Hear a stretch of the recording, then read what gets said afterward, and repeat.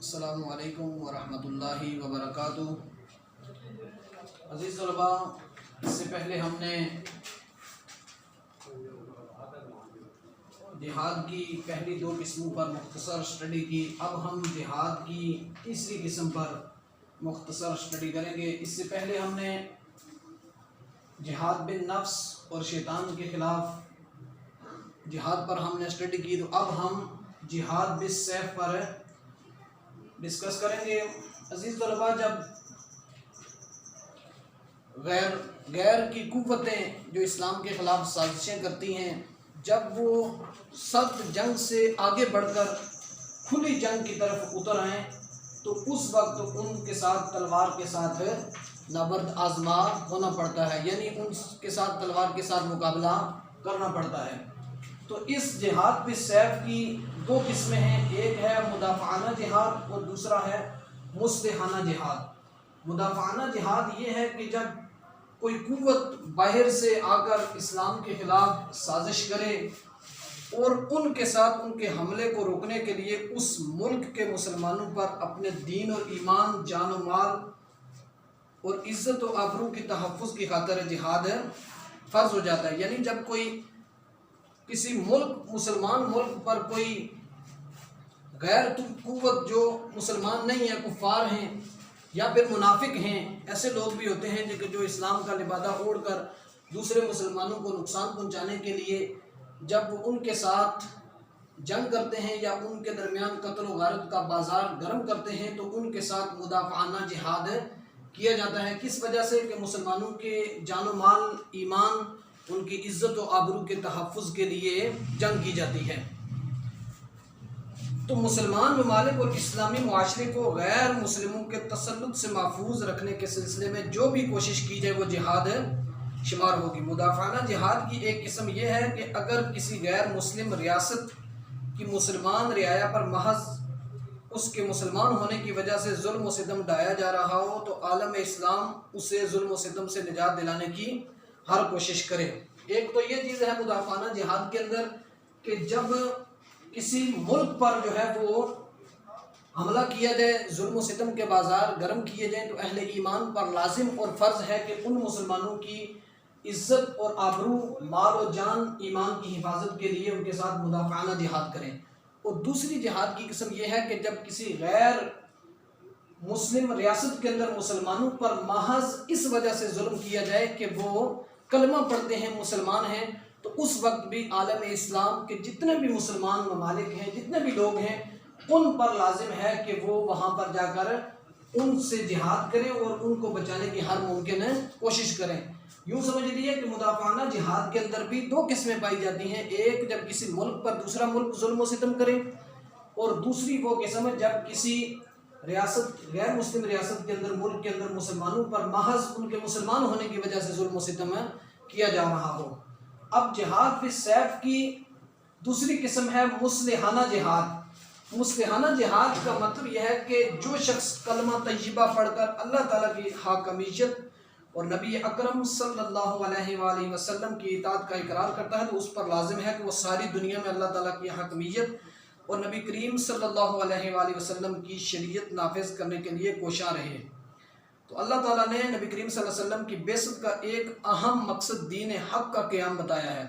هو الذی ارسل رسولہ بالہدی ودین الحق لیظہرہ علی الدین کلہ ولو کرہ المشرکین، کہ اس نے بھیجا اپنے رسول کو ہدایت اور سچا دین دے کر تاکہ اس کو غلبہ دے ہر دین پر، اگرچہ مشرک اس کو برا مانے۔ مصلحانہ جہاد کا عزیز طلباء مطلب یہ ہے کہ انسان کلمہ پڑھنے کے بعد وہ ہر وقت شریعت کے نفاذ کے لیے وہ ہر شخص کوشاں رہے اور اس کی کوشش کرتا رہے کہ ہر جگہ پر شریعت کا نفاذ ہو۔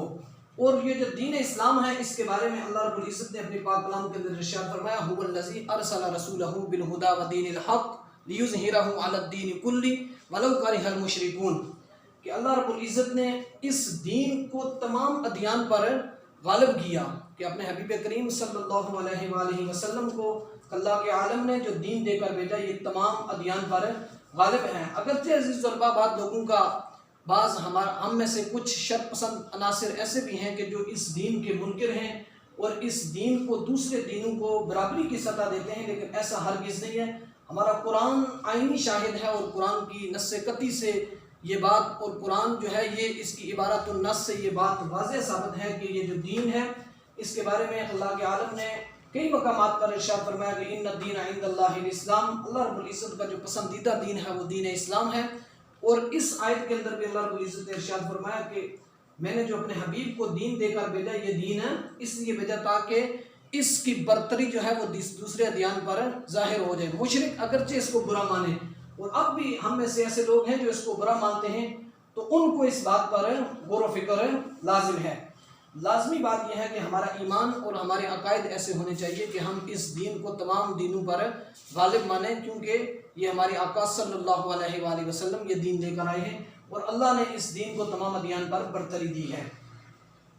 عزیز طلباء، جہاد بالسیف کی دو قسمیں، ایک مدافعانہ جہاد، دوسرا مصلحانہ جہاد۔ مصلحانہ جہاد کی ہم نے مختصر یہ تشریح ہے کہ ہم ملک کے اندر ہر وقت یہ کوشاں رہیں کہ ہم دین حق کی سربلندی کے لیے لوگوں کے ساتھ اس کے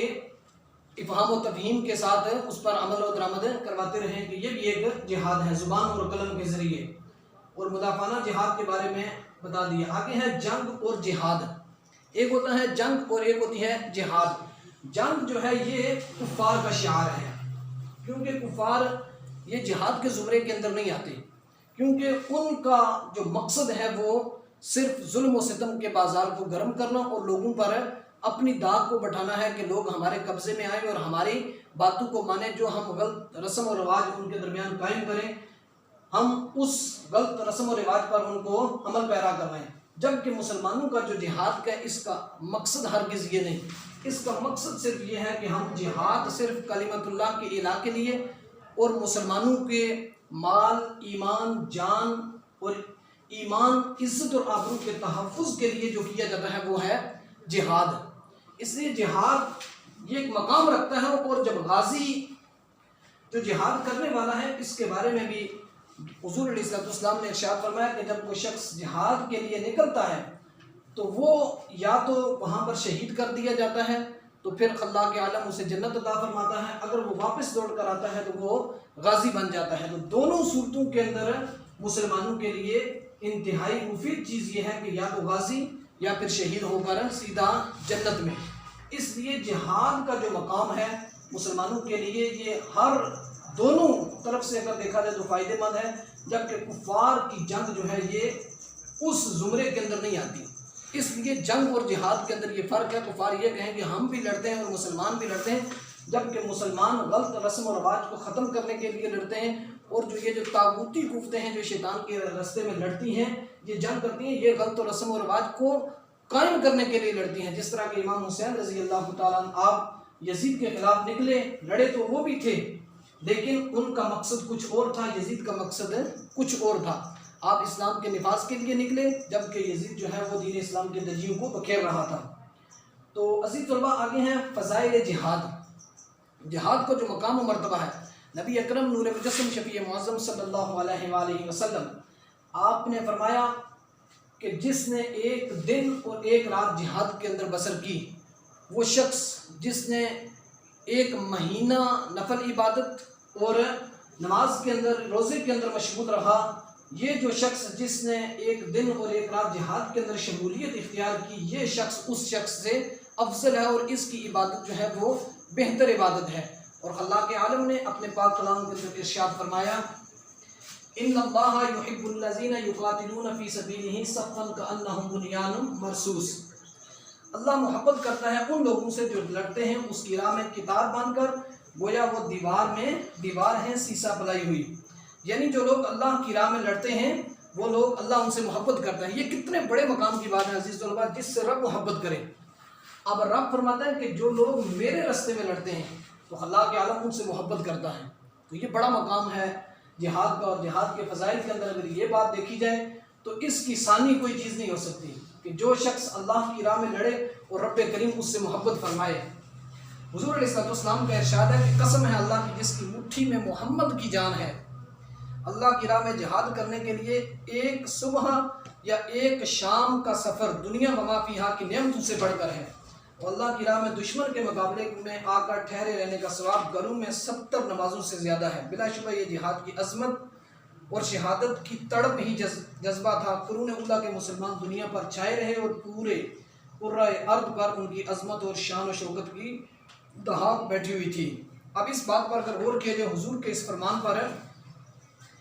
کہ اللہ قسم ہے اللہ کی جس کی مٹھی میں محمد کی جان ہے، جس نے ایک شام اور ایک صبح جہاد کے لیے نکلا، یعنی اس نے جہاد کیا، تو حضور فرماتے ہیں کہ یہ بہتر ہے اس سے جو دنیا وما فیہا میں، کہ یعنی دنیا اور اس کے اندر جتنی بھی چیزیں ہیں یہ ان سب سے بہتر چیز ہے جہاد، کہ جب اس کا وقت آ جائے پھر مسلمان چھپ کر نہ بیٹھیں بلکہ جہاد کا جذبہ لے کر اپنی جانوں کے نذرانے جو ہیں وہ اللہ کے عالم کی بارگاہ کے اندر پیش کریں۔ دنیا سے تو چلے ہی جانا ہے، موت بستر پہ آئے یا میدان میں آئے اس نے آ ہی جانا ہے، جو وقت ہے مقررہ اس پہ سب نے چلے جانا ہے، لیکن جو جہاد کے اندر شہید ہوتا ہے رب کی رضا کے لیے اس کا مقام کچھ ہو رہی ہے۔ عزیز طلباء، آج کے ہمارے اس جہاد کے ٹاپک کے اندر اس سے پہلے ہم نے جو لیکچر سٹڈی کی اس پر ہم نے جہاد کی 2 قسمیں پڑھی تھی۔ اب جہاد کی تیسری قسم جہاد بالسیف، اس کی مدافعانہ جہاد اور مسلحانہ جہاد پر، جنگ اور جہاد و فضائل جہاد پر ہم نے مختصر سٹڈی کی۔ اللہ کے عالم سے دعا ہے کہ مجھے اور آپ کو اس پر عمل پیرا ہونے کی ہمت اور توفیق عطا فرمائے۔ السلام علیکم ورحمۃ اللہ وبرکاتہ۔ اللہ حافظ۔